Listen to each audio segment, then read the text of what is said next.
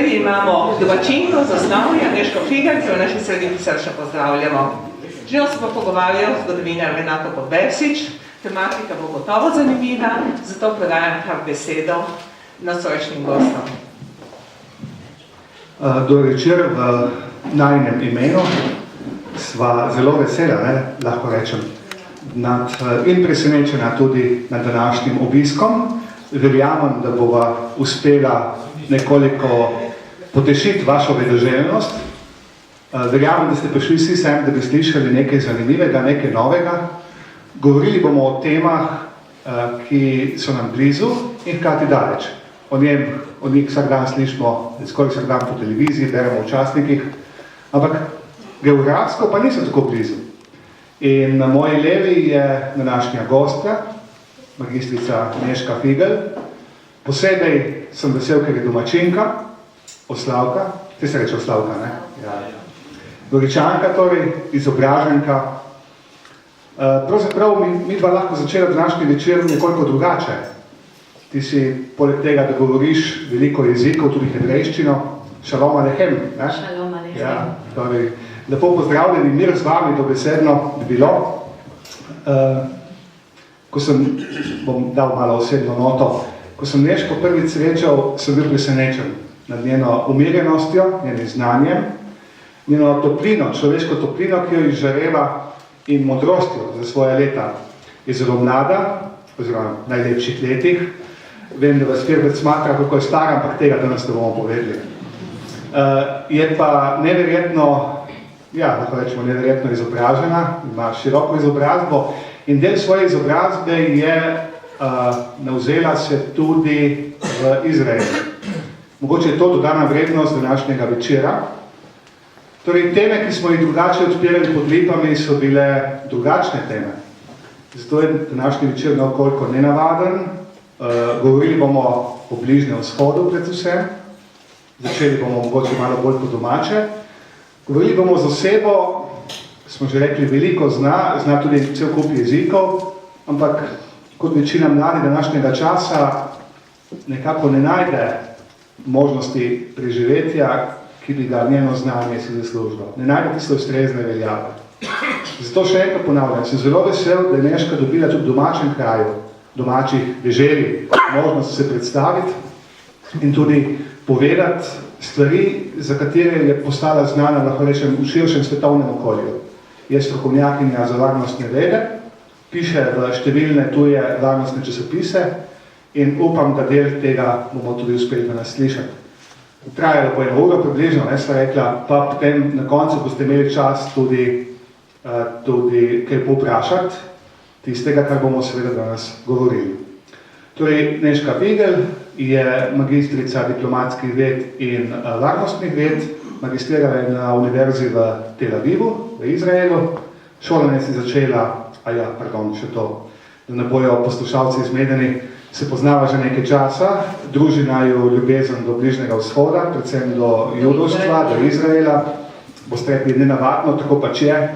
Tudi taki se najdejo v svetu, ne? Današnji dan je... Srečo, da se najdejo. Res je. Današnji dan je tudi nekoliko simboličen, kajti pojutrišnjem bo 68-letnica obletnica ustanovitve države Izrael. V Gorici smo včasih imeli tudi dokaj močno skupnost, ki je danes žal ni več, in to naj druži. Se poznava nekaj časa, smo se bova tikala, da ne boste gledali čudno, ker ne bova še formalizirala. Torej, Anežka je študirala filozofijo v Padovi, potem varnostne vede in pa predvsem orientalske vede na Univerzi La Sapienza v Rimu in potem diplomatske vede in varnostne vede na Tel Avivski univerzi. Tam je tudi magistrirala. Dej bova malo neformalno začela. Kaj te je prineslo? Zame lahko rečem, da ta svet sem ga vzljubil preko, Biblije, preko zgodovine. Ti si tam živela, jaz ja pogosto potujem. Ampak kaj je tisto, ki te je pritegnilo, da si se navzvela tega izraelskega duha, ta njihova družba, njihov koncev zrak, ki ga vohaš, ki je drugače kot pri nas, če hočeš. Dej, malo to nam pove. No in prosim ti me kar ustavi, če vidiš, da jaz sem malo predolga, ne bomo potem govorili predolgo. No, dober večer vsem. Kot me je predstavil že Renato in gotovo se v večini poznamo tudi iz drugih krajev, ker smo hodili skupaj v šolo, ker ste bili nekateri moji profesori, učitelji ali iz drugih tudi aktivnosti. No, jaz bom tako povedala tudi za tiste, ki me pa mogoče ne poznajo, da sem začela se zanimati za Bližnji vzhod že kot zelo, zelo majhna, predvsem s potovanjem v Egipt in tam sem bila z družino leta 97. Takrat se je še dalo. To je bilo 2 tedna pred enim hudim terorističnim napadom tam v centru Egipta, pred enim templjem, kjer so ubili eno veliko skupino japonskih turistov in takrat potem se je situacija, bi se reklo, varnostno zaostrila. Takrat, kadar sem bila pa jaz, je bilo čudovito in gotovo je bilo to eno od najlepših potovanj mojega življenja. Naslednje leto, se pravi leta 98, sem pa vedno z družino obiskala Izrael in Jordanijo.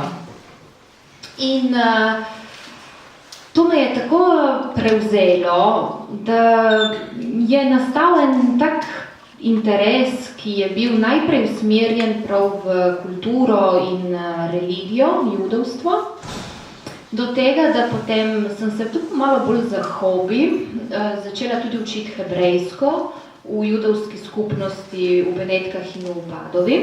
In tam tudi nekako sem prišla bolj v ta judovski krog, tudi spoznala, kaj je judovstvo, na primer v Evropi, v Italiji.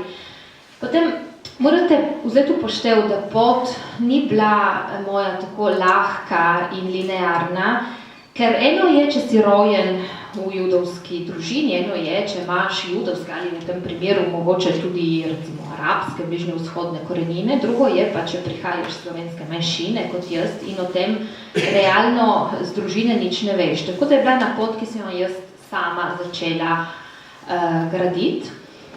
Do tega, da sem potem v Rimu, ko sem bila na Sapienci, odločila, da grem v Izrael poleti. In sta bili 2 opciji, ali grem na Ulpan, na šolo hebrejščine, ma sem rekla, se učim že celo leto, se ne bom učila še poleti, ne? Ali grem na izkušnjo v kibuc. In zdaj bom prišla malo bolj konkretno. Pardon, povej samo, kaj je kibuc. Tako. No, naj povemo, da, kot je rekel Renato, Izrael nastane leta 1948 na podlagi ene resolucije Združenih narodov, ki so predlagale ta tako imenovani particijski plan, partition plan, ki naj bi Palestino, ki je bila takrat pod britanskim mandatom.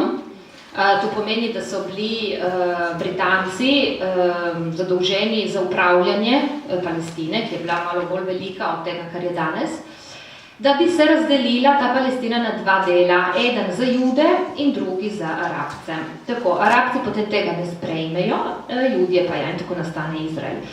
Ampak že prej iz Evrope, predvsem vzhodne Evrope in potem tudi zaradi antisemitizma pred drugo svetovno vojno, začnejo Judje se seliti v Palestino. In začnejo se združevati v skupnostih, v take majhne vasi, tako na tak bolj, bi lahko rekli, socialistični sistem, tudi večkrat, ne? In ustanavljati te skupnosti za razvoj Palestine, ki je takrat bila precej nerazvita dežela, nerazvit teritorij, potem tam recimo Judje razvijajo to namakanje, kapljično namakanje, začnejo razvijati in gojiti rastline v puščavi in pač živeti v teh skupnostih, kjer je bilo vse od vseh, ni bilo privatne lastnine.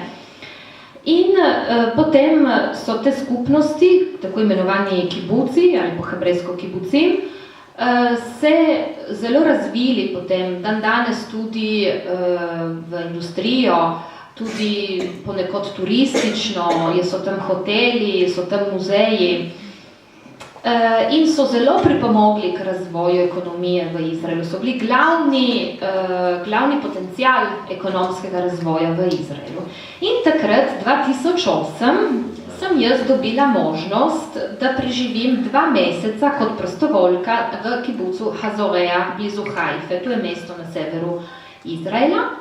Kjer je mimogrede tudi nekaj potomcev goriških judov, tako. Nekdanje goriške skupnosti Tako. se nastanilo. Tudi tam, tako, ja. In tam smo bili ena lepa mednarodna skupina teh prostovoljcev, potem jaz ne povem, da vedno, ko sem v mednarodnih skupinah, sem zelo vesela in zelo uživam. In smo pač pripomogli k aktivnostim v kibucu. Tam potem tudi z varnostnega razloga in moram reči, da je bilo precej zanimivo, ker tam poleg prostovoljcev so bili tudi vojaki. Kot veste, je vojaščina v Izraelu obvezna, 3 leta za moške, 2 za ženske.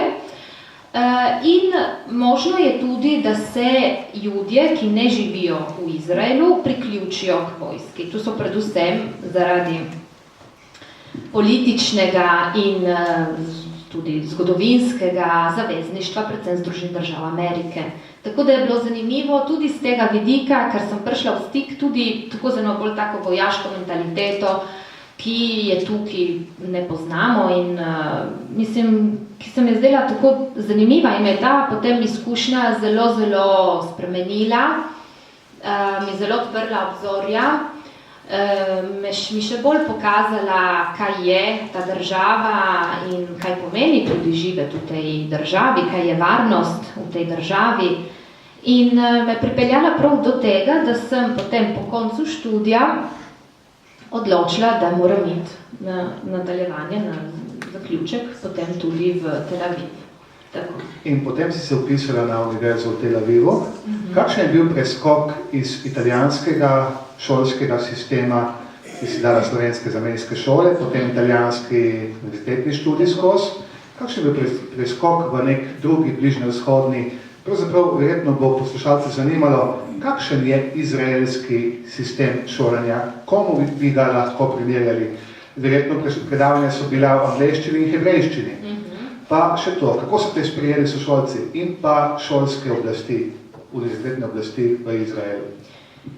Torej, univerzitetni sistem je precej drugačen, je bolj ameriški.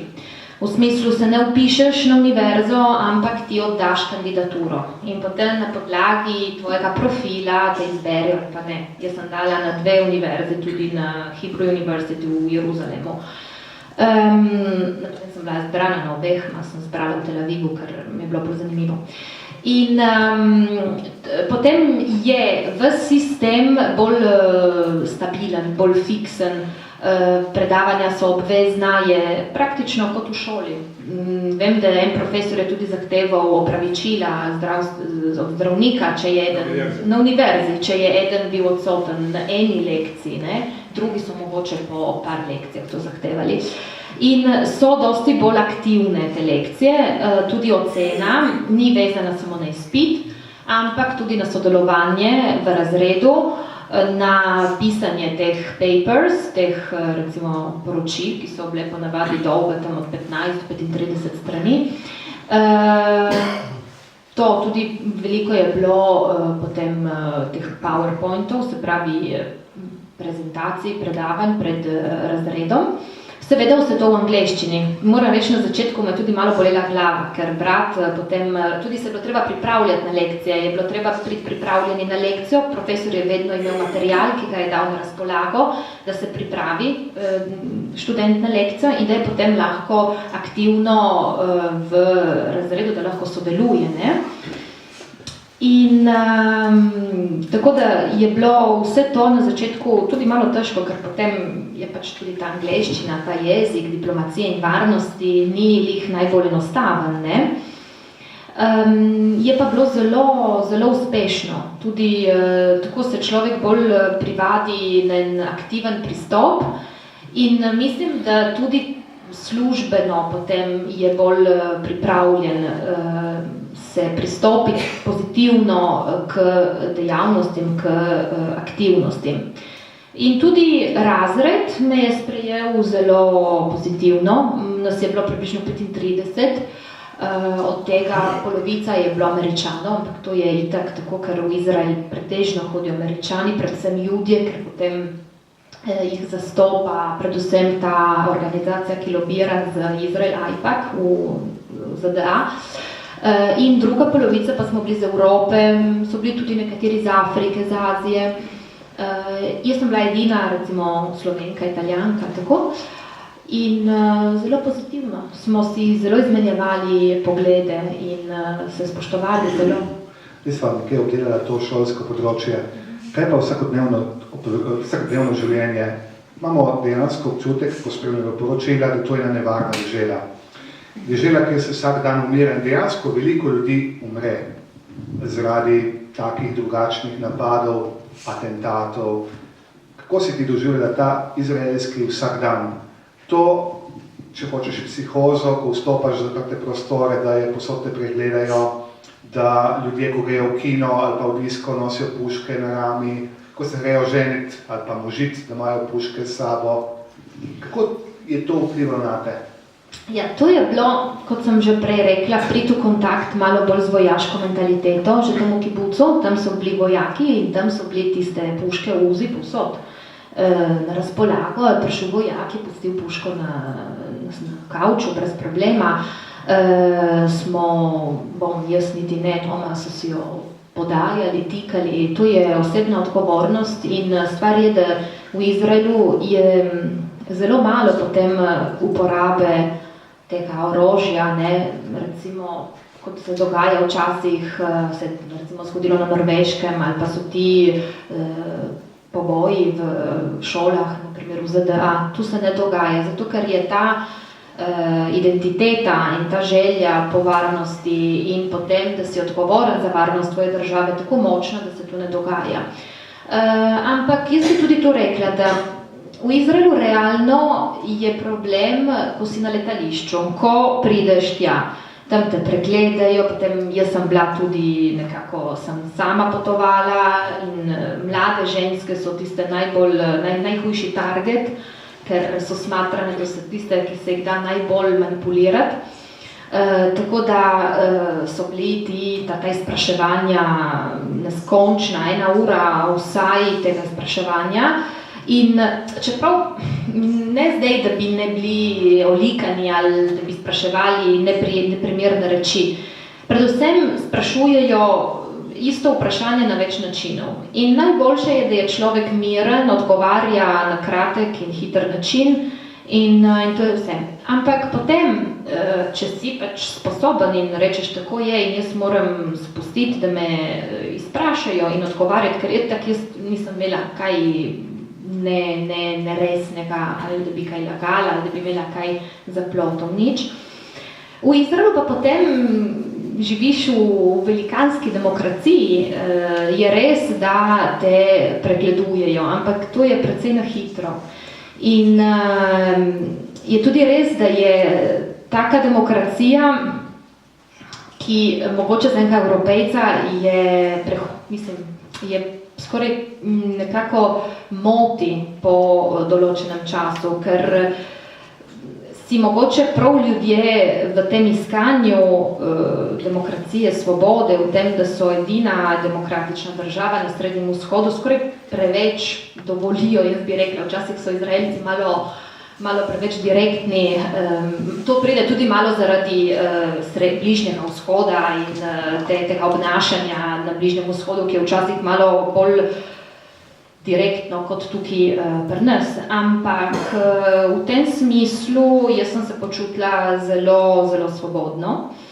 Je pa res, da jaz nisem Izraelka, jaz sem tam bila 2 leti in nisem bila v vojski, nisem bila v tem sistemu, kjer ljudje ne sprašujejo, ampak pokazujejo. Vojska je pravi tista vrata, ki ponujajo enakopravnost v družbi, ne? Tako, to v službi vojske, če ni ortodoksen jud, je manj vreden, ne? Tako se zgodi, ja. Dan danes mogoče vedno manj, ker nastajajo vsa ta gibanja proti militarizmu in predvsem so ta gibanja teh refuznikim, teh ljudi, teh vojakov, ki grejo v vojsko, ampak ne želijo služiti na teritorijih, pač ne želijo imeti kontaktov s Palestinci, ker pravijo, to je vojska za obrambo, ne za napad.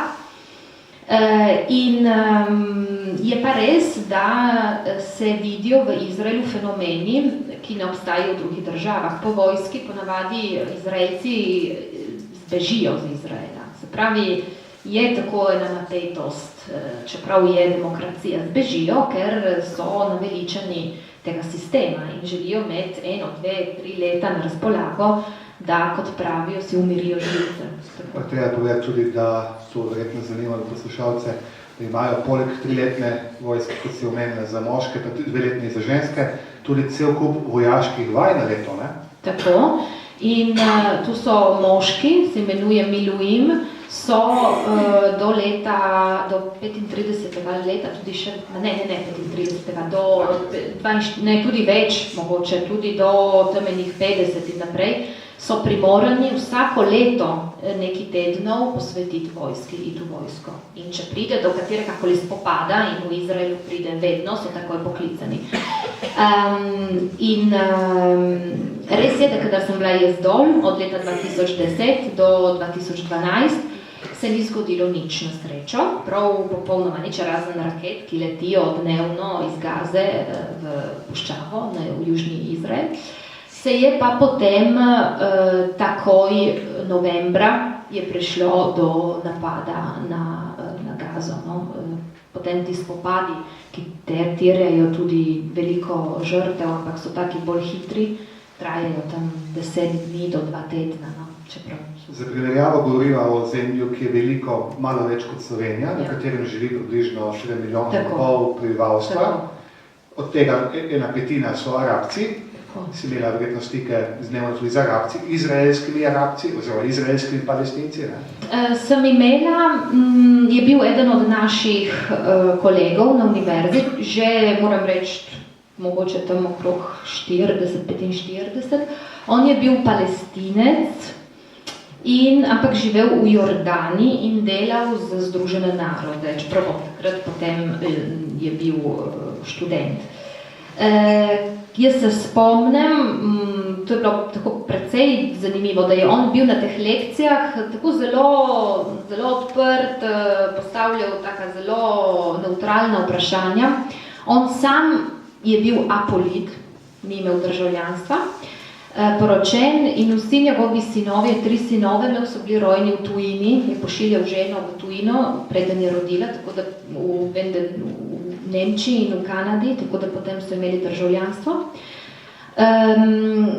In vem, da potem po koncu tega študija, si predstavljam, da se je on upisal na ta študij, tako da bi malo opazoval, kako se v izraelskih univerzah lotevajo problemov na Bližnjem vzhodu, ne? Ker potem ni kazal na Facebooku, vsaj na primer, ker sva prijatelja več takega neutralnega položaja, no, do Izraela. Veš kaj, Neško, da ne bova se daleč od tega, da bi bila ti dolgočasna, ampak da bova malo popestrila pogovor, da bo malo provociral. Prej si rekla, da je Izrael demokratična država, ne? Najbolj na Bližnjem vzhodu. Jaz bi ti pritrdil. Ampak vsak dan vedno znova nas bombardirajo mediji, predvsem slovenski, italijanski, ne toliko, z temi, jaz pravim, že antisemitskimi komentarji, ki vedno znova poudarjajo izraelsko sovraštvo, napadalnost, netolerantnost, zlasti do Palestincev. Kakšen je tukaj tvoj pogled? Pa pogled enega evropskega dekleta, vzgojenega v tradicionalnem goriškem okolju, ki gre v Izrael in tam sreča, kot si rekla, demokratično državo, ki je po ustavi, ki ima svoje stranke, ki ima svoja gibanja, ki ima vendarle svojo svobodo, ki pa je vendarle okolje obkrožena z sosedi, od katerih nekateri celo negirajo obstoj Izraela, kot je recimo Libanon, kot je Sirija, tudi Iran, na katerega se bomo kasneje vrnili daleč.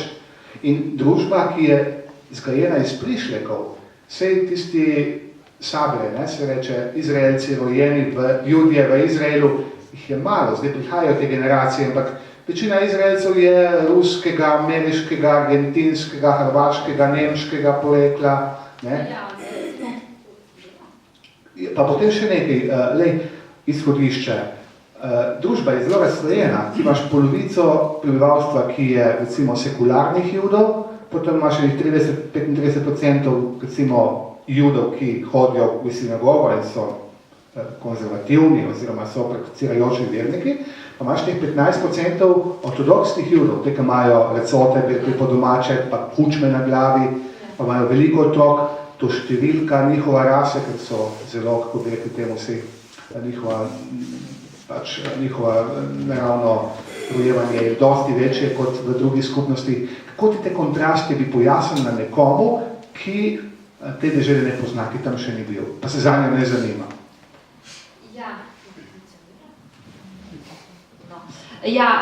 Kako bi pojasnila? Najprej, to je vsestransko zanimiva dežela, ki jo je vredno obiskati prav zaradi tudi vseh teh kontrastov. Res je, da je Izrael demokracija, edina tudi na Bližnjem vzhodu. Res je, da tam te nobeden ne preganja, religioznega, verskega preganjanja ni.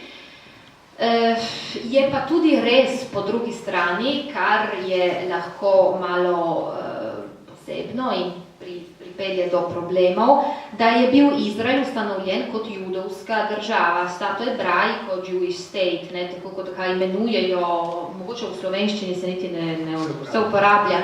No, in tudi recimo himna, himna pripoveduje prav o tem pričakovanju, hrepenenju judov, da bi spet prišli v Jeruzalem in se sprašujejo, ampak je to res himna vseh Izraelcev, če je ena petina tudi Arabcev, ki so muslimani ali tudi v manjšini kristjani. To postavlja probleme. Je tudi res, da so Palestinci, ki se borijo v palestinskih teritorijih, to zdaj ne govorim, v Izraelu, proti Izraelu, ampak nimajo enega političnega programa, zato ker jaz ne vidim razlogov in možnosti, da bi tam prišlo do ene ustanovitve, ene države. Jaz vidim tam en spor in eno sovraštvo do Izraela. Kot tudi je res, da jaz ne vidim s strani izraelske politike, predvsem v najbolj aktualni politiki, eno težnjo potem, da bi prišlo do enih popuščanj, da bi prišlo do enih pogajanj in do ene države.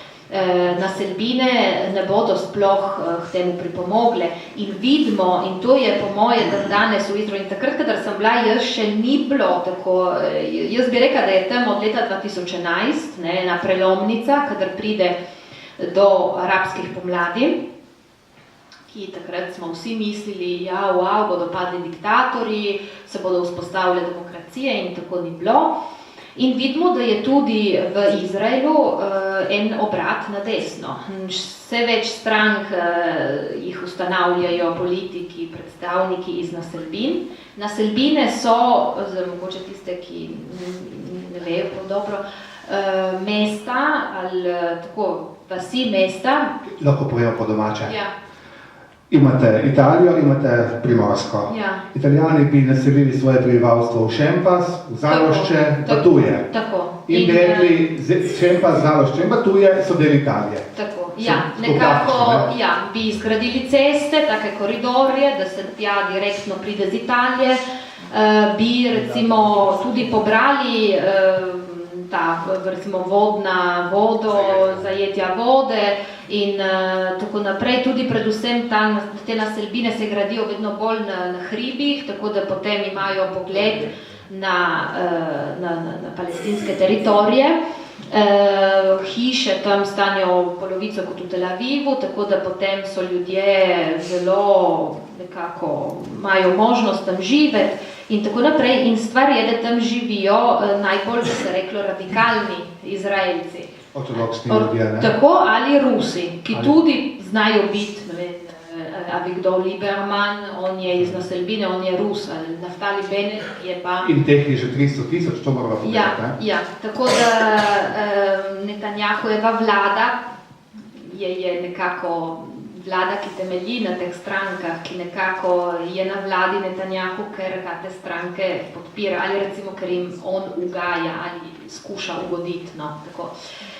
Tako da vse to razložiti je malo težko. Zadnjič sem bila zdaj pred 2 dnevi, je bil en pater, ki je pa govoril o kristjanih v Sveti deželi. In to je tudi recimo en zanimiv element, ker potem tudi tam imamo pa kristjane, ki imajo eno vlogo v Izraelu, drugo v palestinskih teritorijih. Stvar je, da v Izraelu človek živi demokratično.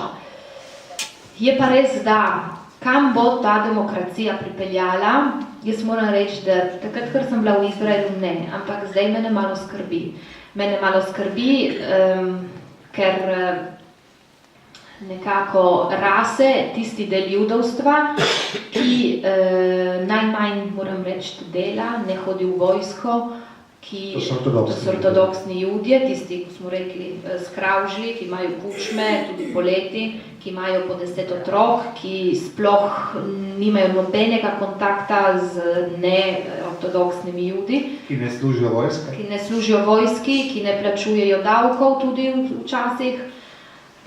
Po drugi strani, tista najbolj močna skupina judov, se pravi tisti, ki hodijo v vojsko, tisti, ki delajo, plačujejo davke, tisti, recimo, ki najbolj pripomorejo k demokraciji, so tisti, ki imajo 2 otroka, tako kot mi, so večkrat tudi tisti, ki zapuščajo Izrael, ker vidimo tudi to en eskapizem, tako se imenuje tudi v angleščini, veliko judov, recimo mladih Izraelcev, ki gre v Evropo, v Berlinu jih je recimo ogromno, ker so naveličeni malo tega življenja. Tako je, da je država za videti. Za prihodnost jaz imam... Samo nekako res. Palestinska ozemlja, so rekla, prepredena s temi naselbinami in pa ki nimajo status države, čeprav niso polnopravna članica Združenih narodov, enih 120 držav na svetu jih priznava, večina Evropske unije, razen Švedske, ne. Ta two-state solution, se pravi rešitev 2 držav, kako gledaš na to rešitev? Kakšna je sploh, a je obstaja rešitev za ta bližnjevzhodni kot po tvoje? V tem trenutku jaz ne bi rekla. Obstajajo te kompenzacije, kar jaz mislim, da bi lahko to bilo, ker nasplošno te naselbine so že taka velikanska mesta v določenih primerih, da zdaj je nemogoče reči tem ljudem, ja zapustite jih in bodo šle Palestincem, na primer, če se ustanovi država. Tako kot je tudi recimo, čeprav meni se mi ne zdi možno, da bi arabske Izraelce izgnali iz Izraela in rekli, ja, zdaj pa imate državo, pojdite tja. Ne? Ker to sem tudi hotela povedati, da nekateri potem arabski Izraelci, se pravi ne judje, ki živijo v Izraelu, imajo izraelsko državljanstvo, ne želijo po nobeni strani iti živeti v palestinske teritorije, ker se imajo odlično v Izraelu v primerjavi s palestinskimi teritoriji. Obstajajo pač, da bi te teritorije, to regijo, kjer so naselbine, oddali Izraelu, da bi tam nekako postal Izrael in da bi potem ta ozemlja kompenzirali z drugimi, ki so v Izraelu in da bi ta prešla potem v hipotetično palestinsko državo. Jaz ne vidim, da bi v kratkem prišlo do ene two-state solution, ne. Greva še na tvoje zanimivo izkušnjo. Med tvojim 2-letnim bivanjem v Izraelu si dobrega pol leta ali slabo leto delala na slovenski ambasadi v Tel Avivu. Govoril sem s tedanjo veleposlanico, je bila zelo zadovoljna s tvojim delom, si se zelo izkazala, delala si... Prejšnjo, Ampak, glej, delala si brezplačno. Ja, zelo nizka plača. Mislim, lahko rečemo brezplačno. Bolj nagrada kot plača, ja. Me zanima vseeno, kakšna je ta izkušnja v diplomaciji? Ja, odlična. Jaz takrat sem zaključila z lekcijami, mislim, sem samo takrat mogla izpite zaključevati in potem magistrsko delo in tako sem si želela se preizkusiti. In tam potem so mi dali to možnost. Takrat, 2012, sem tam delala od aprila do avgusta, je bila zelo zanimiva, no, da boste vedeli, da je to veleposlaništvo res zelo majhno, 5 ljudi, mislim, Slovenija zdaj je majhna država, ampak jaz sem se zelo poglobila v to, koliko je pomembna diplomacija, koliko je pomembno sodelovanje med dvema državama, tudi med dvema majhnima, kot je Slovenija in Izrael.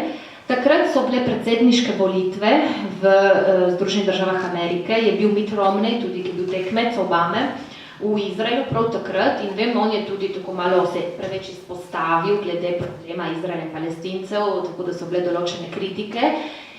In moram reči, da smo precej spremljali socialno tudi dogajanje, ker takrat je bilo veliko demonstracij v Tel Avivu in nasplošno v Izraelu. No, dobro, potem, če se kaj važnega dogaja v Izraelu, se ponovadi to dogaja v Tel Avivu, političnega vidika, zaradi previsokih cen.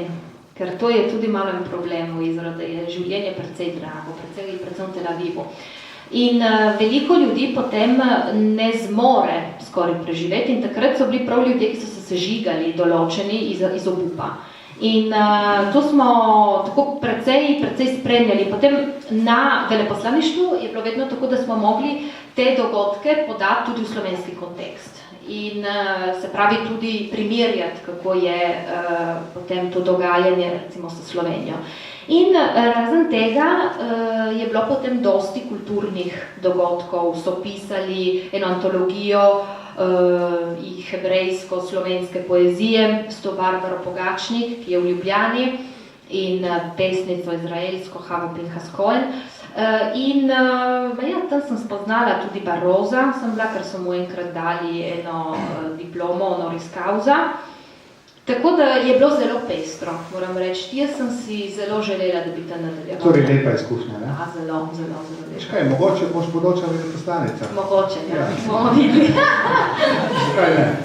Poslušaj, še ena zanimiva stvar. Živela si večinoma v Tel Avivu, ki je odprto mesto, ob morju, zmeraj malo piha. Potem je to Tel Aviv, pomladni grič. Tako. Mlado mesto, staro, dobro 100 let. Nemški judi, so ga nemški judi ustanovili. Ampak moderno mesto, kot če ne bilo hebrejski napisal, misliš, da si v New Yorku. Mesto, ki je najbolj gejovsko mesto na Bližnjem vzhodu. Mesto, ki je od diskoteke 24 ur na dan. Ja, brez postanka. 70 km bolj proti jugu imaš pa najsvetejše mesto na svetu, Jeruzalem, najlepše mesto na svetu. Že klima je tam. Čakaj. A je najlepše mesto na svetu? Jeruzalem.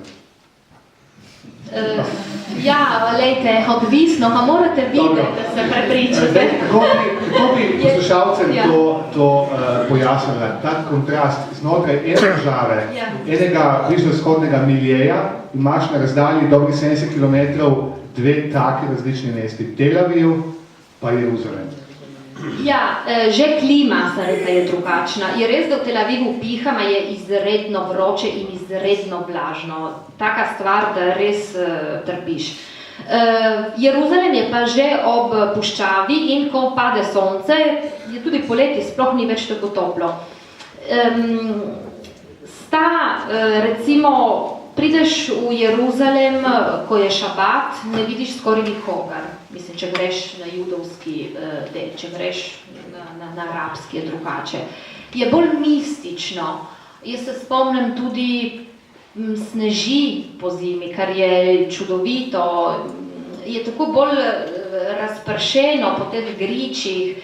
vidiš te ortodoksne judovske družine s temi otroki, ni vedno najbolj mirno mesto, sploh ne, čeprav Jerušalajm pomeni mesto miru, je noter beseda šalom, ki pomeni mir.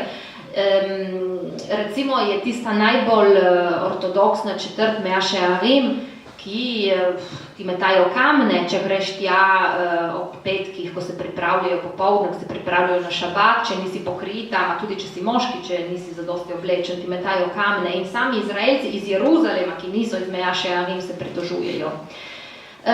Po drugi strani je pa Tel Aviv, res tam 70 kilometrov prav blizu, odprto mesto, kjer dobro ob morju, kjer se lahko odpraviš, kupiti potrebščine, ko bi rekli mi, kupiti špežo, kupiti tvoje, kar rabiš za jest ob 4 zjutraj, zato ker so trgovine odprte 24 ur na 24, je, bi rekli, prav skoraj preveč. Skoraj se ti zdi, da res je svoboda prav povsod.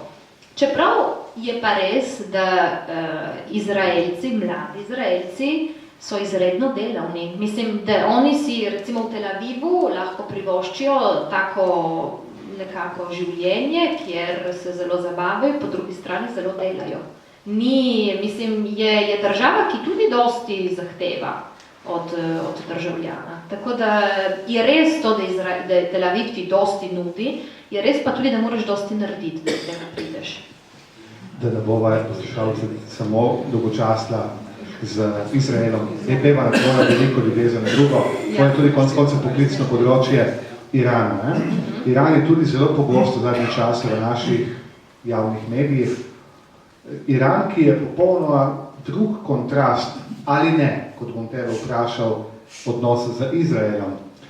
Kot se ti državi ne ljubita, kot se sovražita, saj navzven, Iran tipična teokracija, ker ima duhovščina muslimanska, zelo šiitska, zelo veliko vlogo, ki podpira razna šiitska gibanja v Libanonu, ki potem napadajo preko meje Izrael.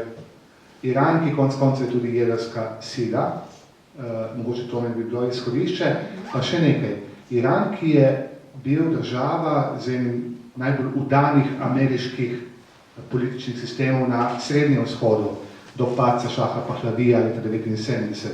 Potem Khomeini pride na oblast, se preoblikuje v teokracijo in danes je država, ki ima po eni strani zelo velik naravni prirastek, ogromno količino mladih, ima tudi dokaj velik tehnološki razvoj in pa seveda njihov sistem oboroževanja.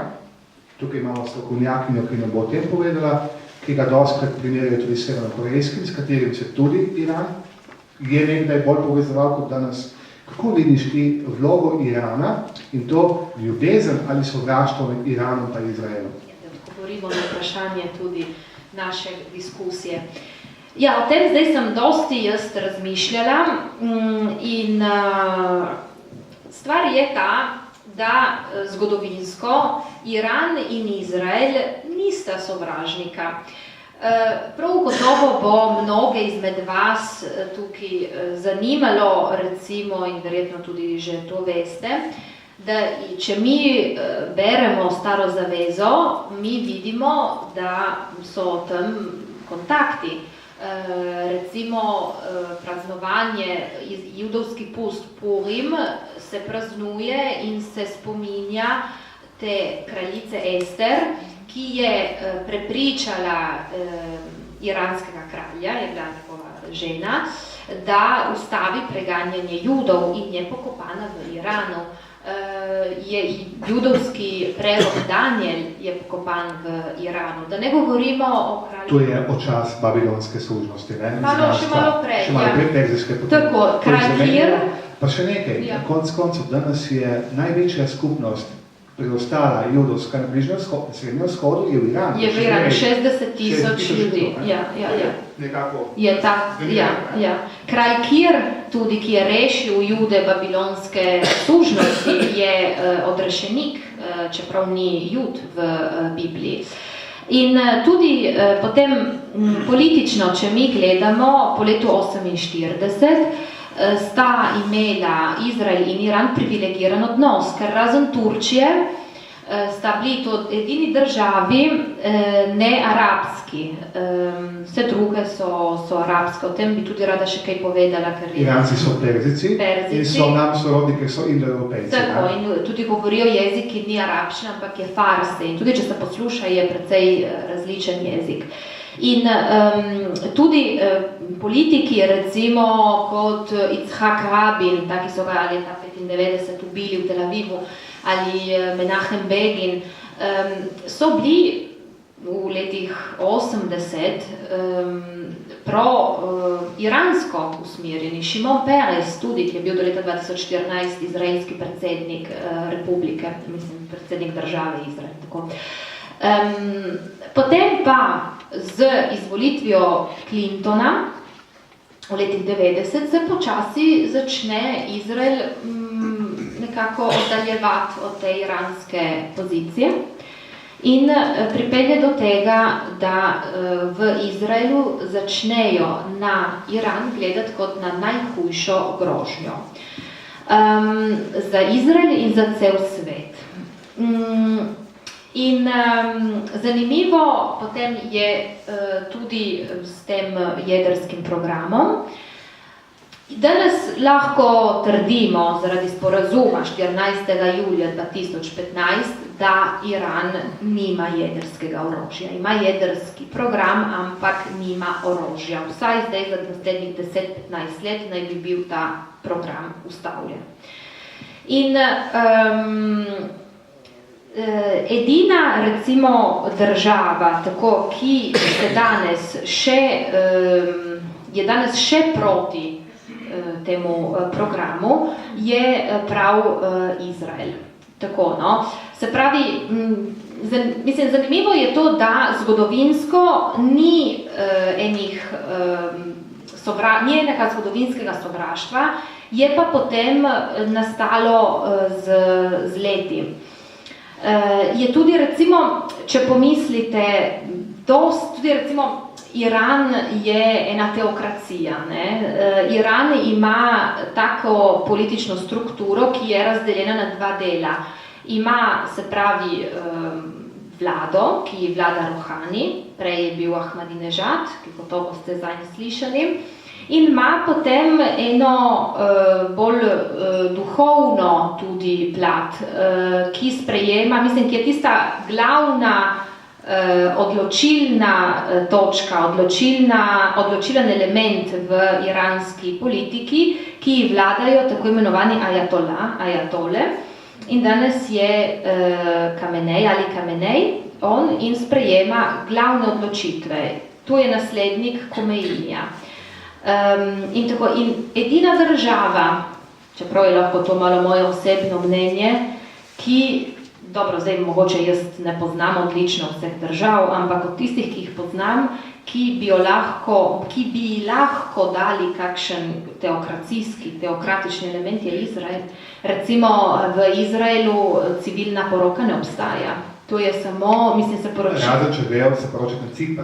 Razen, tako, ja. Če ne pa, da se en jud in en kristjan poročita, ni možno. Niti če to, ker recimo cerkev to sprejema, ampak če se to zgodi v eni cerkvi v Izraelu, potem država tega ne sprejme. Recimo tudi to, da ko je Pesah, se pravi judovska velika noč, je prepovedano kupovati hrano s kvasom. Tako, to je nekako vera posega v državo, posega v družbo. No, in prav s tem jedrskim programom in sporazumom, so se danes stvari zelo, zelo spremenile. In to je zanimivo, ker se pravi, ne povem še tudi kaj o jedrskem programu. No, tako. Torej, se začne že v letih 70, iranski jedrski program s šahom. Šah je kralj, v Farsi, šah pomeni prav nič drugega kot kralj, ki želi razviti iransko ekonomijo.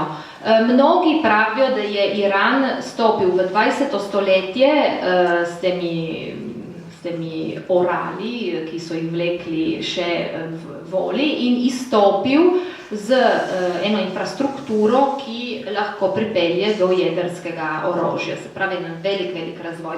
Se pravi, šah v letih 70 vodi to belo revolucijo, pospešuje ekonomijo in stike z Zahodom. Zanimivo je, da so prvi nekako ti kontrakti bili podpisani z Pakistanom, Združenimi državami Amerike in Izraelom. Se pravi, s tistimi državami, s katerimi je danes Iran v najslabših odnosih. Potem se leta 1979 z iransko-islamsko revolucijo, s Komeinjem, ta program ustavi. Komeini pride z Francije in izpelje to revolucijo in država postane teokracija, šah pobegne in tako naprej. Leta 1985 pa spet pokličejo z Irana iranske znanstvenike, ki so se preselili v tujino, naj pridejo delati za jedrski program. In leta 2002 potem iz tujine neke take opozicijske skupnosti iranske opozorijo na dejstvo, da se dogajajo neke čudne aktivnosti v določenih podzemnih jedrskih strukturah v Iranu. In leta 2003 se začnejo pogajanja. Najprej s 3 evropskimi silami, Anglija, Francija in Nemčija, in Iran na drugi strani, delegacijo vodi Rohani, ki je danes predsednik vlade. In potem od leta 2013 se začnejo prav ta pogajanja, se začne ta Joint Action Plan, ta skupen akcijski plan med 5 temi stalnimi članicami Varnostnega sveta Združenih narodov in Nemčija in na drugi strani Iran, ki potem preko raznih pogajanj pripeljejo do sporazuma. Mi smo do takrat, se pravi do sporazuma, jaz vsaj tako, kot sem spremljala zadeve, gledali na to, da se jedrski program ustavi in ne verjeli predvsem temu, da Iran ima resne namene, da želi prekiniti jedrski program. Ta sporazum pravi, da mora biti jedrski program prekinjen za 10 do 15 let. Ne povem samo to, jedrski program za jedrsko orožje, ne za elektriko, ne v civilne namene, za orožje. In te centrifuge, ki omogočajo potem to bogatenje urana, da pride do jedrskega orožja, morajo biti zamrznjene. Po drugi strani pa dajejo tudi ene prednosti, ta sporazum daje prednosti Iranu in sicer umik sankcij, umik ekonomskih sankcij, ki so dolgo let pestile Iran in mu onemogočale eno mednarodno sodelovanje, izolacijo. Ne? In ugotovili smo, da je bilo najpomembnejše Iranu, da se umaknejo sankcije. Bolj kot da, kar smo se mi bali. Zakaj? Zato, ker Iran je bil toliko let izoliran, kot si tudi ti prej povedal, mladi ljudje, zelo izobraženi, ker Iranci so zelo izobraženi ljudje, strokovnjaki, inženirji na vseh področjih, ki živijo s tretjino plače, ki jo imamo kot standard na Zahodu, ekonomija, ki ne funkcionira, inflacija, ki raste, in pomanjkanje tudi enega zaupanja v politiko in nezanimanje vlade za mednarodno sodelovanje. 150,000 mladih, ki vsako leto zapusti Iran. Eno je vlada v Iranu, drugo so realni ljudje. Zato je bilo to važno, umik sankcij, ki se je potem implementiral efektivno 16. januarja 2016. Odlično. To je zdaj bližnja preteklost. Ja. Za Izrael oziroma si privoščila dati eno napoved, Ja. analizo in napoved. Kaj pa za Iran, da potegneva črto? Kje vidiš Iran v bližnji prihodnosti? Kaj se bo zgodilo? To je zanimivo vprašanje. Torej, zdaj, če mi res začnemo nekako verjeti Iranu, da res razumemo, da je bilo bolj pomembno, da se umaknejo sankcije, kot da se prekine ta program. In tu so začeli vsi verjeti, celo v Izraelu, samo Netanjahu še vedno ponavlja. Ampak zaradi notranje političnih razlogov. Ja, dobro, v redu. Ampak drugi, manj politične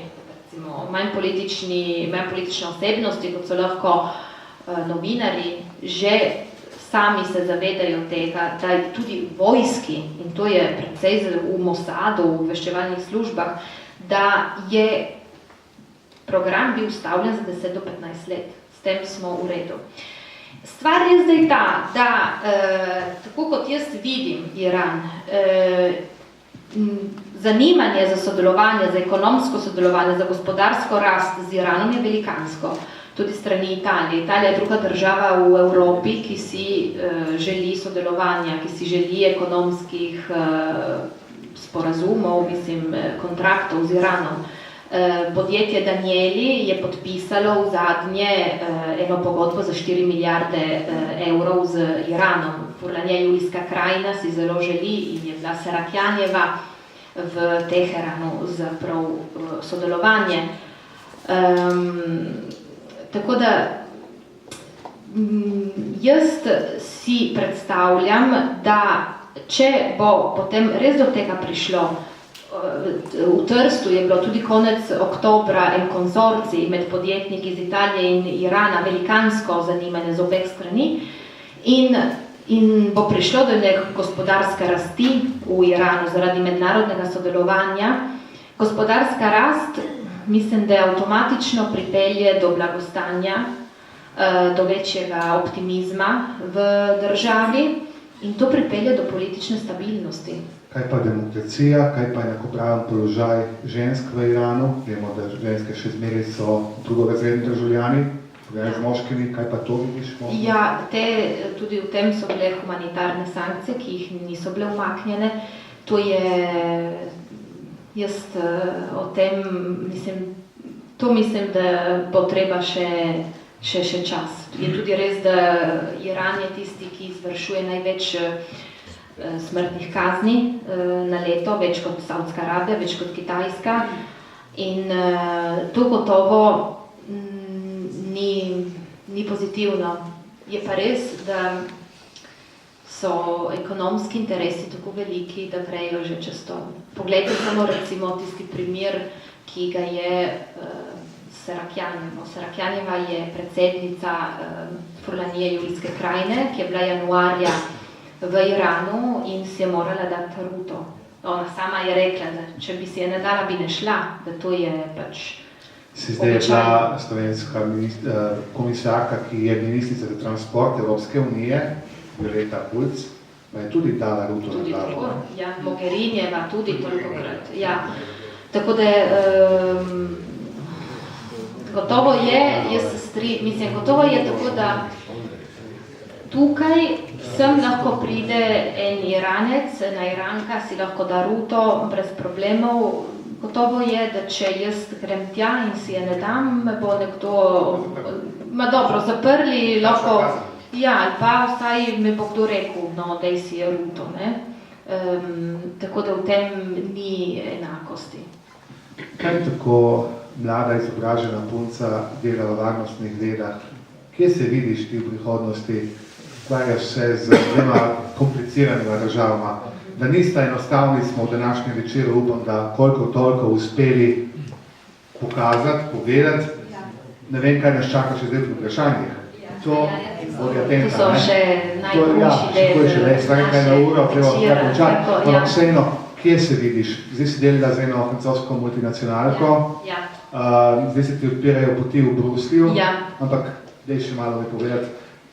Iran, Izrael, varnost, pišeš za tuje časopise, analiziraš zadeve. Ja, jaz si zdaj prizadevam, mislim, zato ker se s tem ukvarjam že toliko časa, to je delo, so to znanje in te izkušnje, to je delo zadnjih vsaj 3 let, no, čeprav je bilo že prej začeto. Jaz si želim vse to potem zdaj prenesti na Evropsko unijo. Na Evropsko unijo, ker kot sama sem Evropejka in mi je to zelo pri srcu in bi želela nekako z mojim znanjem pospešiti in te odnose med Evropsko unijo in Bližnjim vzhodom. Predvsem ali Srednjim vzhodom, če vzamemo še Iran, ki je že bolj Srednji vzhod. Če vzamemo v poštev vse to, kar se danes dogaja tudi s problemom beguncev, imigracije iz Sirije, ki prihaja v Evropo, se pravi, Bližnji in Srednji vzhod nista ločena od Evrope in v Siriji predvsem niti malo, ker recimo Iran je zelo upleten v Sirijo, v podporo režimu Asada in kot sem prej rekla, leto 2011, kadar se začne tudi civilna vojna v Siriji, gre naprej in so vse te posledice, ki potem prinašajo pač tudi begunce v Evropo in Evropa ni prišla še do enih pravih odgovorov, do enih efektivnih odgovorov in upam, da s temi možnostmi, ki se mi zdaj odpirajo v Bruslju, da bom uspela pač povezati ti dve ozemlji, ki sta mi pač zelo pri srcu, eno prav zaradi tega, ker sem del Evrope, drugo, ker sem toliko časa preživela na Bližnjem vzhodu in pač dati moj, bi se reklo, kontribut, se potruditi v tem smislu. Tako. Spoštovani poslušalci, to je bila Nežka Figl.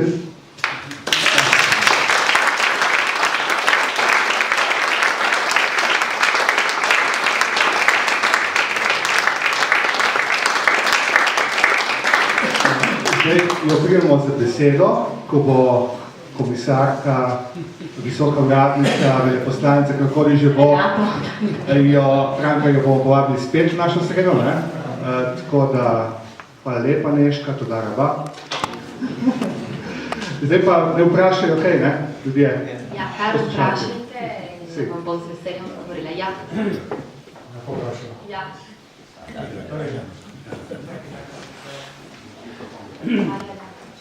Zakaj so Judje kot država in kot skupnost tako osovraženi? Torej, doma imajo za sosede vse sovražnike. Nimajo enega, ki bi bil v odnosih z njimi. Ni enega. V zgodovini poznamo, kako je delo nacizem z njimi, kako je delo fašizem z njimi in tako naprej. Ne samo to, tudi v drugih državah, v ruskih državah, bivših državah Sovjetske zveze ali pa v Sloveniji in tudi v Italiji, tudi v Gorici so živeli v teh getih, v teh zaprtih predelih mest. To pomeni, da so se izločili sami iz skupnosti ali jih je skupnost izločevala. Torej to me zanima. Mislim, povsod, kjer so se pojavljali Judje, so se pojavljali problemi. Nekateri so rekli, ja, Judje, to so finančne zadeve, to imajo veliko denarja in zato imajo toliko nasprotnikov.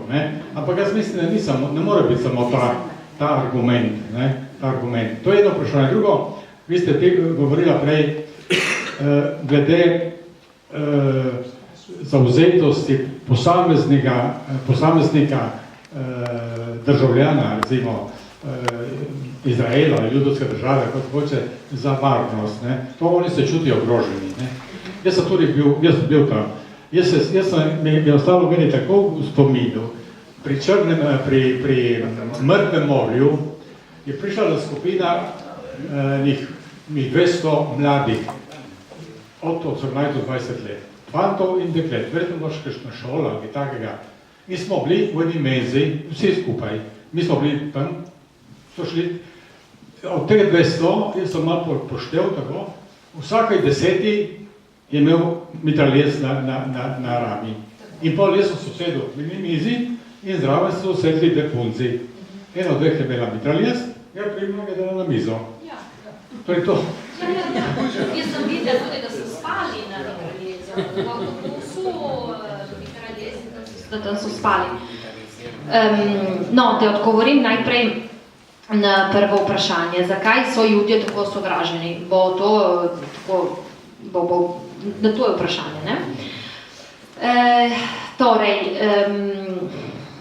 po eni strani je res, da so osovraženi. Zdaj, iz zgodovinskega vidika v Evropi bi bilo mogoče smiselno ločiti Jude na zahodno in vzhodno Evropo. Ne Judje so Jude v Evropi vedno bolj porivali na vzhod. In tam so, zdaj, težko je reči zakaj, ampak ni bilo velikega sodelovanja, velikih stikov med Judi in ne Judi, no, kristjani ali mogoče niso dobro kristjani, bomo tako rekli. In so se zbirali v teh štetlih, ne. Nad njimi so večkrat izvajali pogrome, so jih preganjali, tako da niso nikoli bili nikjer doma. Ker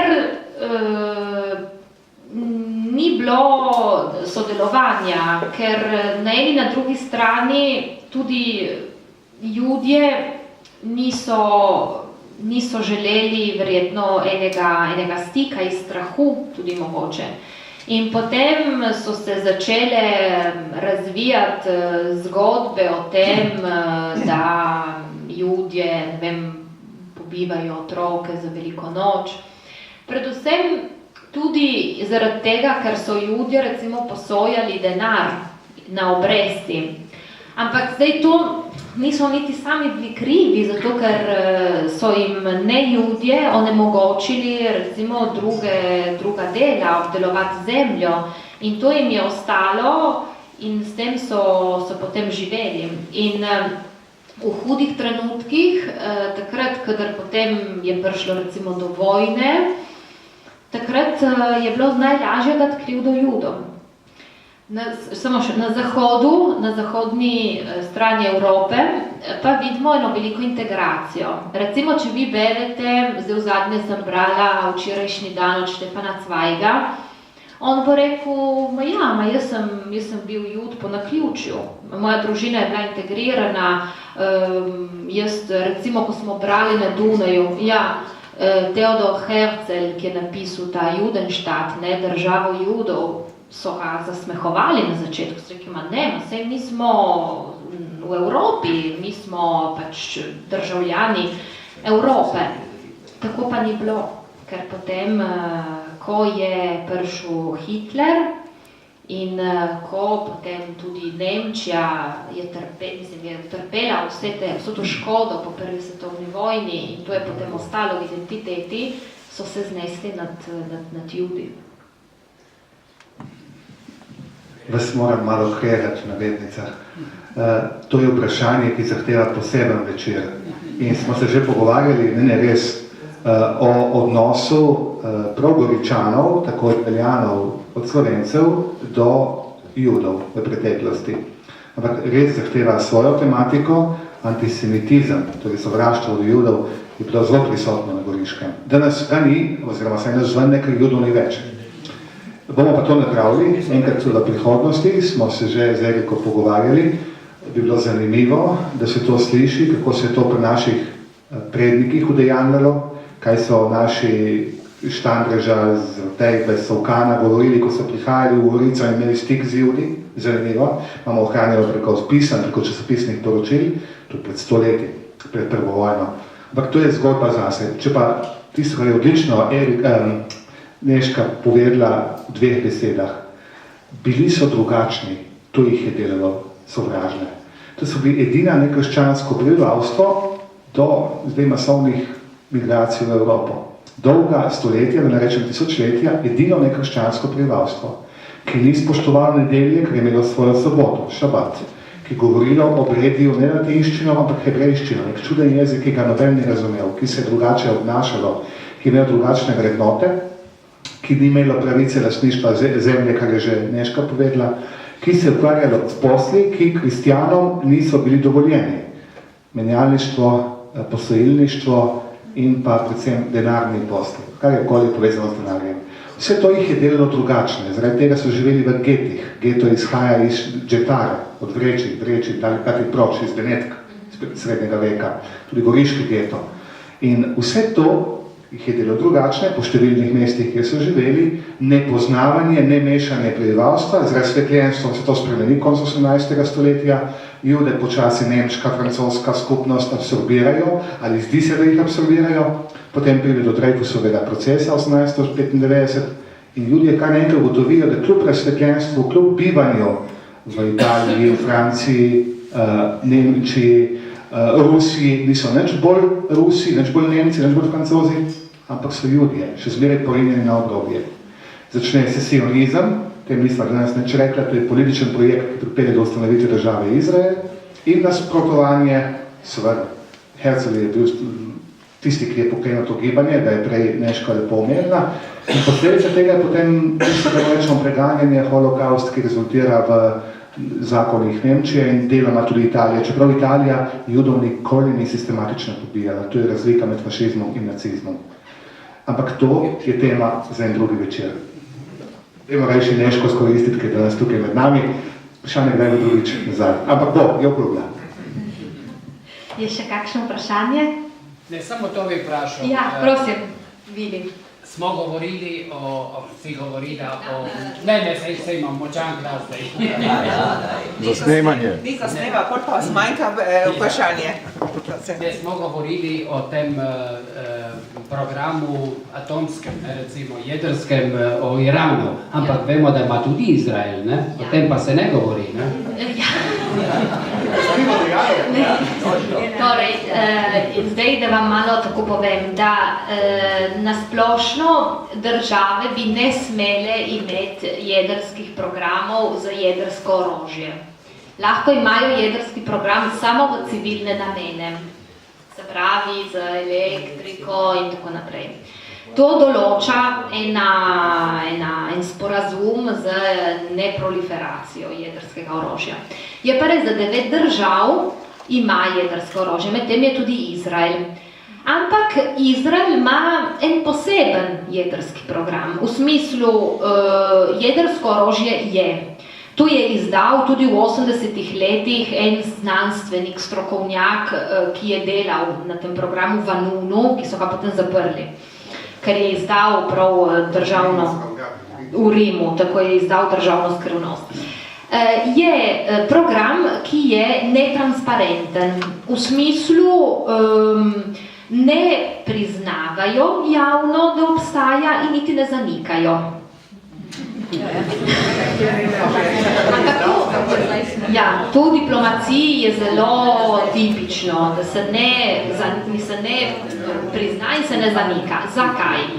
Ne prizna, ker Izrael je itak že vedno v taki situaciji, da ga vsi napadajo. In če bi še priznal, da ima jedrsko orožje, čeprav je to prišlo v javnost, bi bilo še toliko hujše in bi tudi šel proti temu sporazumu za neproliferacijo jedrskega orožja.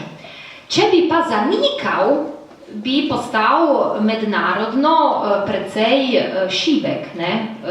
Pač s tem, da ima jedrsko orožje, je močna sila in imeti jedrsko orožje, to ni niti toliko za ga uporabljati, ne? Saj vidite, da nobeden uporablja jedrskega orožja. Je to, da je država bolj močna, da ima velik ugled, da je bolj spoštovana. In to recimo v odnosu do Irana je bistvenega pomena.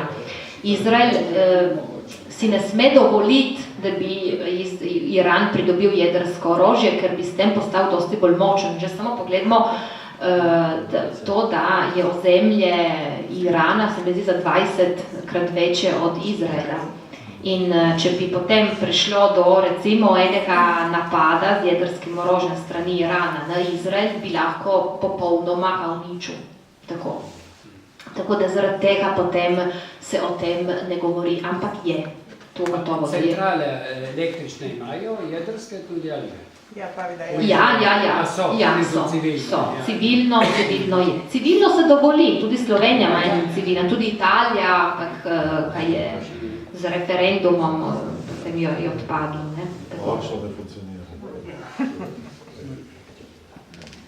Imate še vprašanja?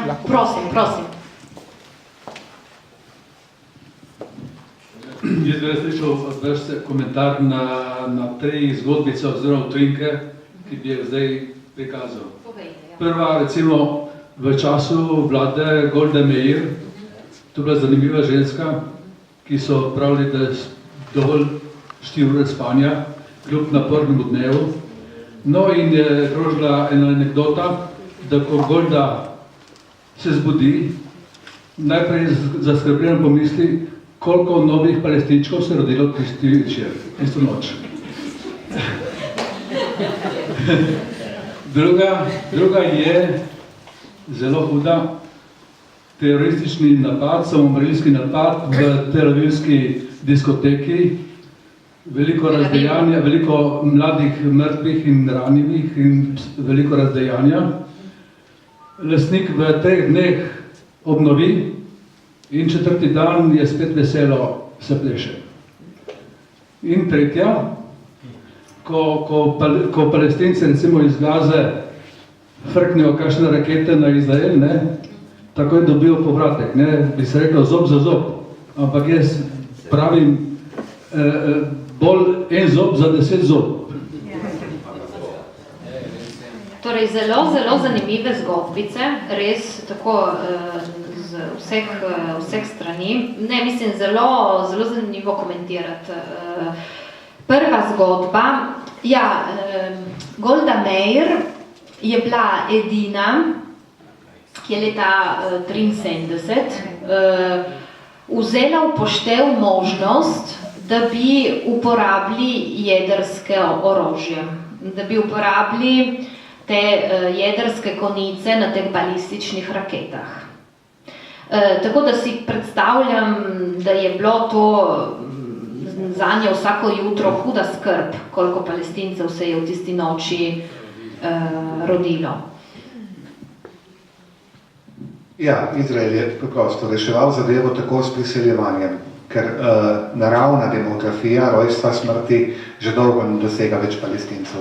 Do zdaj je šlo to nekako fajn, potem se je ustavilo v letih, prav ko je Neška tam živela, zdaj je pa spet z grožnjami Judom po Evropi veliko priseljevanje. Recimo v lanskem letu se je samo iz Francije v Izrael priselilo 6500 Judov. Letos je številka že pričakovana, v letu 2016 9000. Velik del teh Judov gre na ta zasedena ozemlja, kjer tvorijo najbolj radikalen element izraelske države. Veliko jih prihaja iz bivših držav Sovjetske zveze, največ iz Rusije.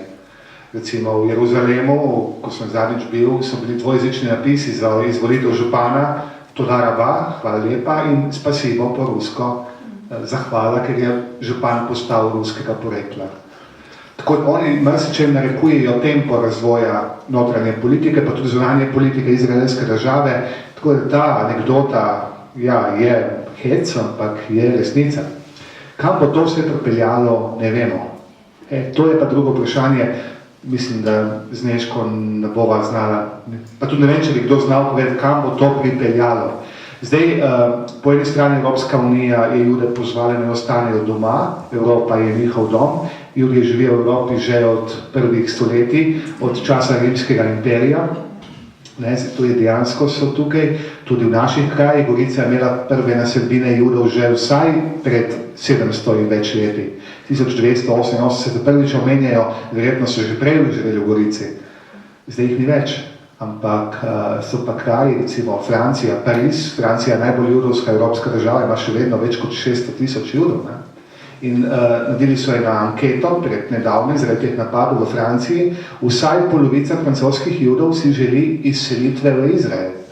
Torej, povratek v domovino, ki so jo njihovi praočetje v času Biblije imeli v rokah, v času stare zaveze, potem se je leta 70 izgubili, v času Rima, ki so se uprli Rimljanom, Rimljani so jih izremplarično nasmejali, začne se judovska diaspora, se ti Judje vračajo.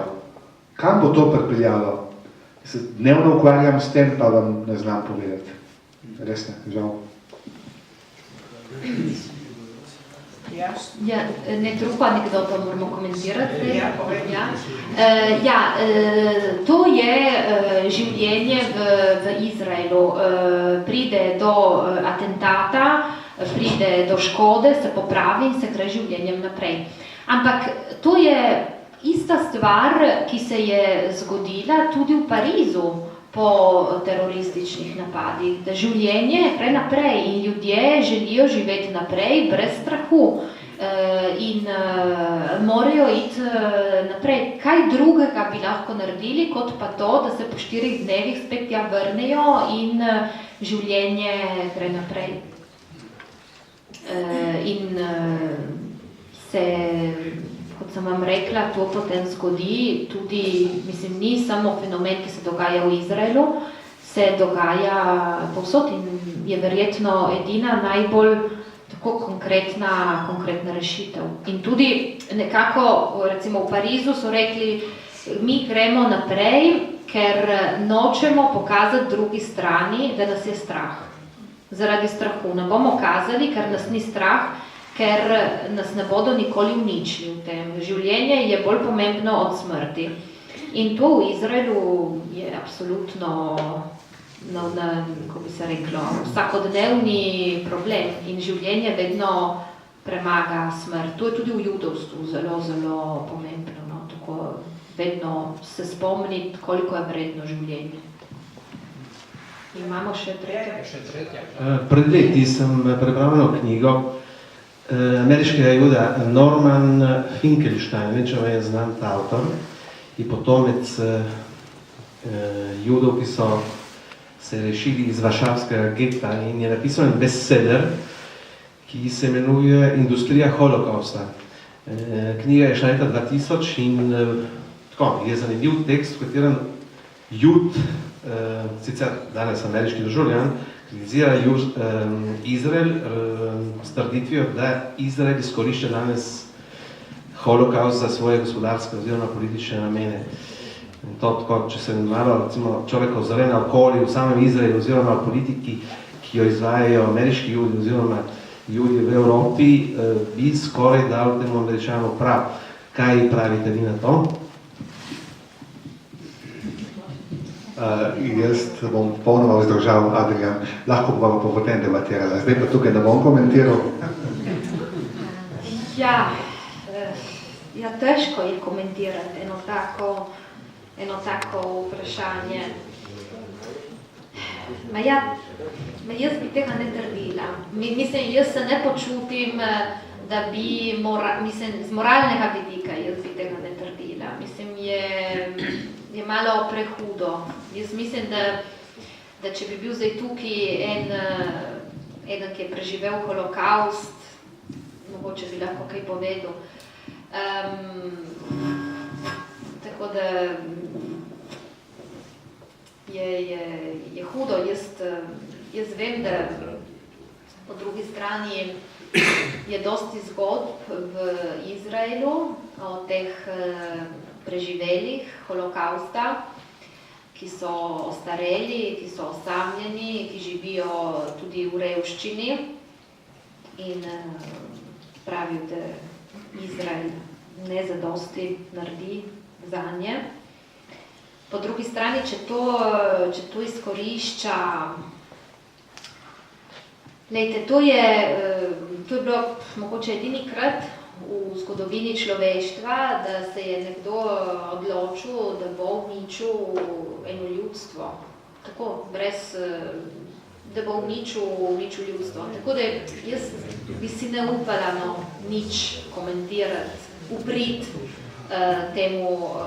temu avtorju, ki to trdi. Tako. Jaz bi imel eno vprašanje glede tega, kar mislim, da dosti ljudi ima danes občutek, da gleda na Jude malo slabo. Ne? Zdaj se sprašujem, če si niso mogoče v zadnjih letih tudi sami dosti slabega naredili s tem, da mogoče se niso obnašali prav pravilno.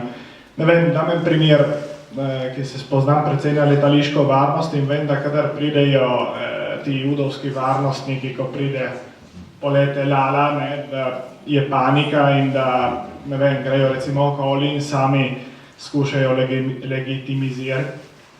legitimizirati ljudi, kljub temu, da niso lokalna policija. Ne. Zdaj, ne vem, dam en primer, letos teče, če se ne motim, 40. leto od operacije Entebbe. Ne.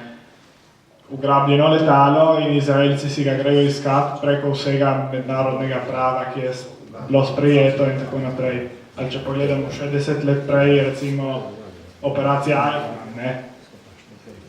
Zdaj se strinjam, da Eichmann prvorazredni kriminalec, samo, ne vem, si ga iti iskat na uni kraj sveta, brez vprašati tiste države, če lahko pridejo tja, ne.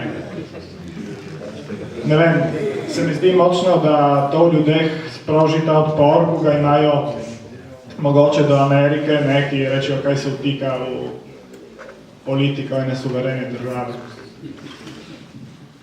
Ja, jaz lahko odgovorim z osebno izkušnjo na letališču, ki sem jo imela vedno, ko sem prišla v Tel Aviv, da je resnica, da se čutiš, da ti posegajo v tvoje privatno življenje z vprašanji, s tem, da ti pregledajo vse tisto, kar imaš, s tem, da so vprašanja tudi zelo osebna in se vedno moraš prepričevati, da je to iz varnostnih razlogov, kar je tudi res.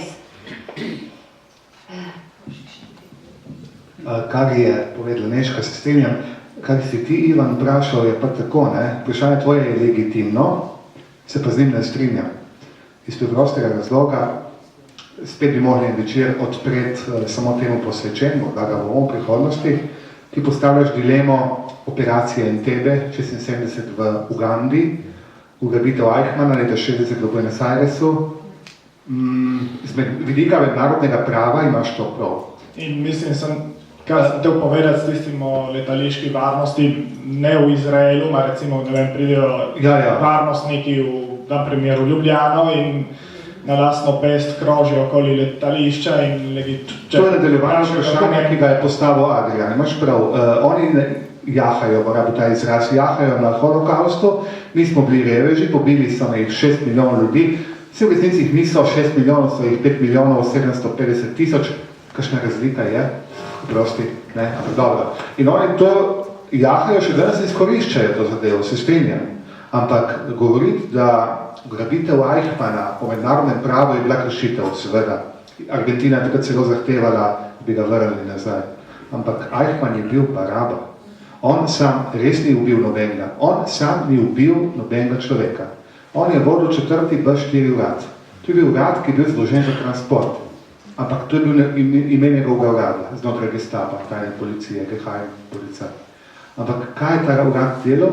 Ljudi je zbiral od Gorice do Trsta, do, ne vem, Kebenhavna, do čeških Bučevic in jih vozil v Auschwitz. To je bil ta urad. In on je bil začel zdaj urada, ampak on se je branil, vsi jih nisem nobenega ubil, res nobenega. Ampak obstajajo dokumenti, ko je nemška vojska se že umikala, ko so ljudje umirali, vlaki v Auschwitz so še vedno vozili. To pa ne moreš reči, po vojni je uspel pobegati in če bi mednarodna skupnost kaj naredila, bi ga imeli že prej v Nemčiji pred sodiščem, kot bi Mengele lahko imeli, pa še druge visoke naciste, ker mednarodna skupnost ni naredila nič ali pa premalo, je Izrael vzel v roke to, da je Eichmanna ugrabil, ga peljal v Izrael, uvedel smrtno kazen za en dan, ga obsodil na smrt, so ga usmrtili in potem so smrtno kazen spet abolirali. Tvoje vprašanje je legitimno, po moje ni pa človeško v smislu nasloves in zločine, ki jih je Eichmann ustvaril. Eichmann danes pooseblja zlo. Jaz mislim, da to ni debate, čeprav imaš prav. Ne, mislim, kar sem te reči, ni to dejstvo, ki jaz se strinjam, je tudi, da so naredili prav, po mojem mnenju. Ne. Stvar je, če gledamo, kako ljudje reagirajo na, recimo, kar si Amerika dovoli, ne vem, isto reč, šli po Bin Ladna v Pakistan brez najave, da pridejo. Ne. Če ni to mogoče vzrok tega, da potem ljudje na Jude gledajo, lej, tisti se mislijo biti. Bolj hudo je, verjetno Boneška, ker je tam živela dlje časa, jaz potujem, ona je tam živela, kar počnejo s Palestinci, to ni prav. Njihovo ravnanje s Palestinci danes ni prav nič drugačno, kot so z njimi nacisti ravnali v Helsinkih, ampak velikokrat, kot so nacisti z njih ravnali v lagerjih, a pa v getih. In to je zelo žalostno in vsega obsojanja vredno. Torej, nacisti so, bom še enkrat, pa me lahko kdo citira, počeli z Judi tisto, kar danes v določenih momentih določen del izraelske politike ali pa vojske počne s palestinskimi sosedi. Ne bom rekel so državljani, sosedi, in to je človeka nevredno življenje. Izživljanje, žalitve, sekvestracija zemlje, rušenje palestinskih domov, nacionalizacija ozemlja, vse to se danes 2016 dogaja in to je mednarodni zločin. Po drugi strani, je pa gospod Pavlin že povedal, in smo mi tudi rekli, tudi Neška podarila, to je država, ki je z vseh 4 strani obdana z sovražniki. Z Egiptom ima koliko toliko urejene odnose, koliko toliko, še najboljše morda Jordanijo tudi, Sirija in pa Libanon ne priznavajo Izraela, ne skrivajo želje, da bi ga uničili, tako daleč ga celo zadeva. Če imate potni list, v potnem listu izraelski štempelj, ne morate iti ne v Iran, ne v Libanon, ne v Sirijo in še nekaj drugih držav. Tako da, Ivan, tvoja dilema je legitimna in je človeška, ni pa enostavna za razložiti. Danes sva poskušala v tem večeru to kompleksnost predstaviti. Jaz mislim, da je Neški odlično uspelo. Ampak zanimivo je, da taka vprašanja, take razlage, ki jih je odlično podala, da odpirajo vedno nova vprašanja, ki še enkrat ponavljam, ki so legitimna. In to, da si nekateri na krilih holokausta ali pa poskusa uničenja nekega naroda jemljajo pravico, da danes počnejo isto s svojimi sosedi, to se strinjam, absolutno je zločin. Ne, da ni prav, je zločin.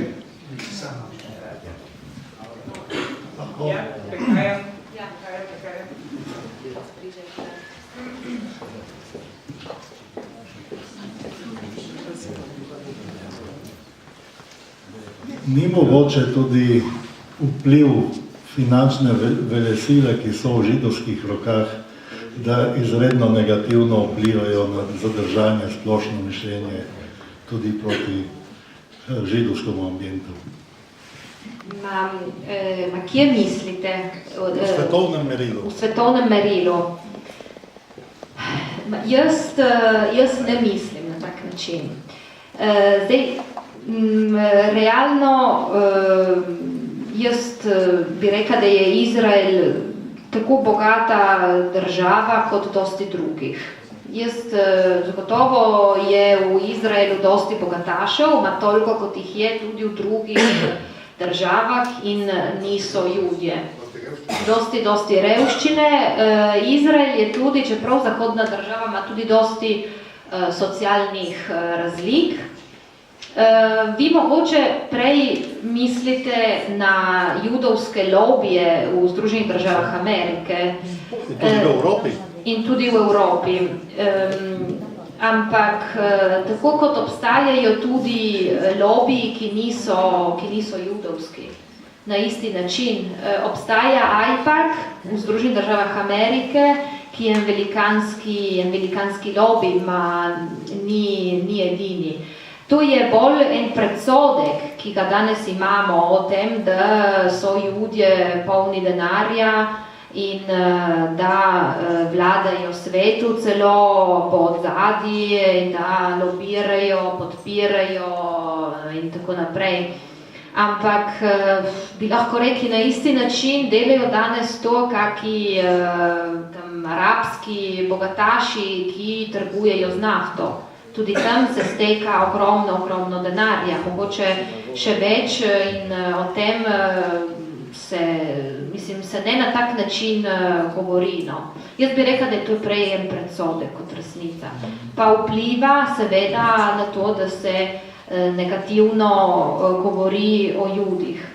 Ampak danes, da bi rekli, da so Judje bogatejši na splošno od vseh drugih, jaz se ne strinjam, ne bi rekla nekaj takega. Se ne gre samo za judovsko državo, za Izrael. Saj sem rekla. Se gre za splošni židovski agent svetovnega merila. Ma poglejte, tako kot je rekel Renato, v Evropi, recimo predvsem v Franciji, zaradi atentatov, Judje se niti ne počutijo več varni. Tako da se v veliki meri tudi imajo, se selijo ali pa se vsaj tako hodijo v Izrael, tako da bi ne videla tega problema, predvsem tudi ne danes s gospodarsko krizo. V Ameriki bi lahko rekla, samo ni to edini. Ni to edini in lobby obstaja, kot obstaja toliko drugih. Se pravi, ne samo v Izraelu, sploh ne. Izrael, mislim, ja, je bogata, je razvita država, ma kot toliko drugih.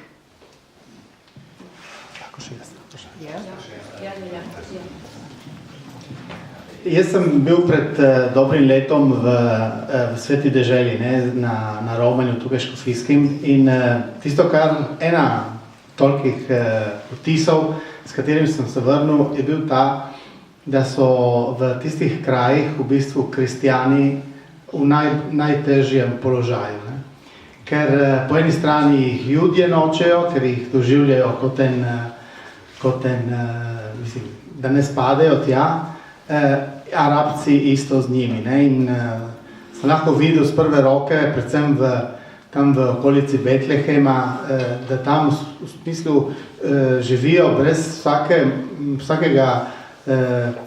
prihodnosti, ne? Ker edino stvar, kar imajo, da se lahko preživljajo, so te zadruge, v katerih izdelujejo suvenirje za romarje, ne? Ker Izraelci jim ne dajo dela, Arabci tudi ne. Zelo hudo je bilo videti ta zid pri Betlehemu, prav kjer umirajo nosečnice, ne? Ker ne morejo iti v bolnico v Jeruzalem, ker jih ne sprejmejo.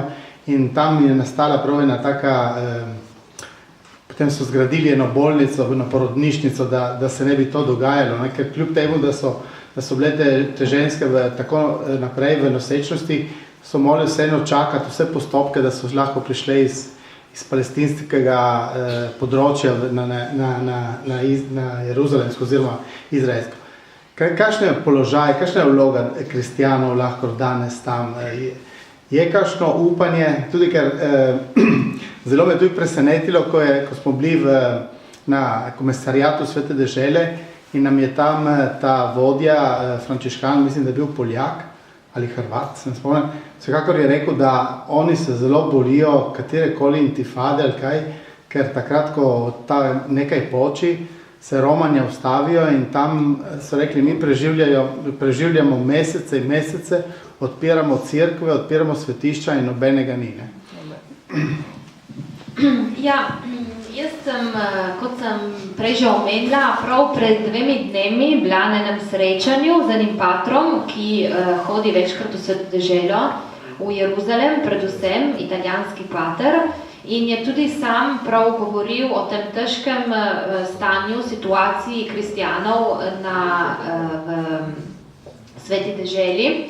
In s tem, da če govorimo o konfliktu med Izraelci in Palestinci, so potem oni še prav vmes kristjani, še najbolj in so majhna skupnost in ni dosti tudi možnosti za zaposlitev, ekonomskih stikov in tako naprej. Dosti se jih tudi seli, ker recimo so mogoče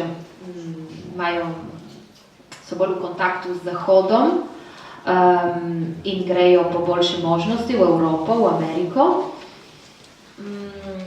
Tako tako da bi to povedala.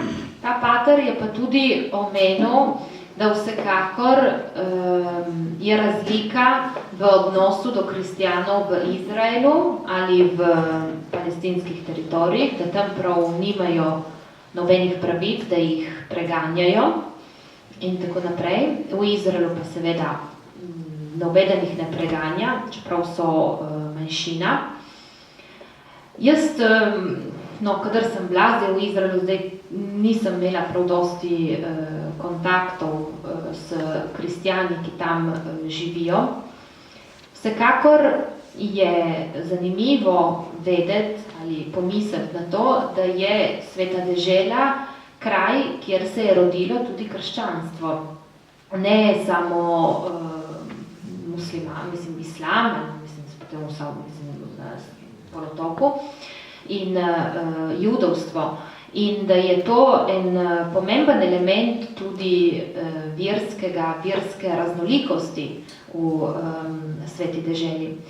Je pa res, da morajo večkrat si sami pomagati, da preživijo in je malo možnosti. In prav zgleda, da so te recimo verske ustanove, ki potem tudi zelo skrbijo z ustanavljanjem šol in raznih centrov za aktivnosti, da potem tudi podpirajo krščanstvo na Bližnjem vzhodu, v Sveti deželi. Po drugi strani pa je treba povedati, da tako kot je tipično za Sveto deželo, se tudi oni sami med sabo prepirajo večkrat. To, kar se dogaja recimo v baziliki groba, ne, ker tako, ja, se spomnim, ki ga imajo na čeresti Armenci, ne, so se pred kratkim stepli med sabo. Tako da je vse v tem stilu. Julijan, ti si odprl na debato, ki smo jo že deloma pokrili lani jeseni, ko je bil pater Peter Lavrih tukaj. Debata je seveda zanimiva, mogoče bi zahtevala še kakšen dodaten večer.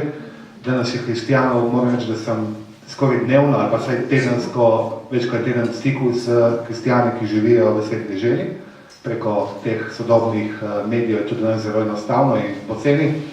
In jih je vedno manj, to je žalostno dejstvo, manj kot 2%, ko je nastala država, ko je prišlo do razdelitve med Judejo oziroma med Palestino in Izraelom, mogoče razdelitve jih je bilo še 20%, danes jih je manj kot 2%. Večina imajo sorodnike v Severni in Južni Ameriki, ogromnih palestincev, kristijanov je v Čilu, v Argentini, odhajajo, grejo, ker jih stiskajo v eni strani izraelske oblasti, na drugi strani njihovi sonarodnjaki muslimani. Betlehem je bil pred 70 leti, ko nastane država Izrael, danes je to palestinsko mesto. Takrat je bil mesto, ki je bilo skoraj popolnoma krščansko, tam je živelo skoraj 100% ali 98% kristijanov. Danes je kristijanov manj kot 30% v Betlehemu, ki je kraj Kristusovega rojstva. In to je druga bolečina, torej izseljevanje, pritiski. Tretja je pa demografija, kar bo tudi nas neslo. Muslimani imajo 7, 8, tudi več otrok, kristijani, govorimo za isti narod, palestince, palestinci, muslimani 7, 8, 9 otrok, palestinci, kristijani 1, 2, maksimalno 3. In to na razdružini, kjer na svetu, tudi v Palestini. Plus tega, kot je Nežka lepo povedala, so razdeljeni na različne cerkve in ločine. Pravoslavci, unijati, katoliki, protestanti, kaldejci, melkiti in tako naprej. In včasih, Armenci so pozabil še, včasih se med sabo tudi stepejo, kar sploh ni tako redko. Žal. Pa ne s tem zaključimo. Odpiramo teme za drugič. Hvala lepa in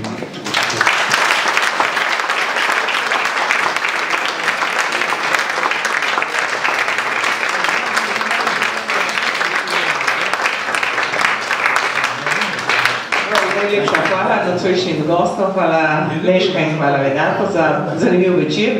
Smo ugotovili, da imamo še veliko argumentov, ki jih lahko poglobili, ne? Drugič. Tako, ja. Še dve informaciji. Povabilo naslednji četrtek bomo posvetili Jedličevemu zborniku in še eno informacijo. V soboto 4. junija bomo organizirali avtobus za obisk svečanosti v Rogu. Če koga zanima, se lahko prijavi. Še enkrat hvala različnim gostom, hvala za lep večer, za zanimiv večer. In tako kot običajno, mi nadaljujemo klepet od kozarcev vina. Kdo se želi staviti, bo dobrodošel in bomo skupaj lahko napravili.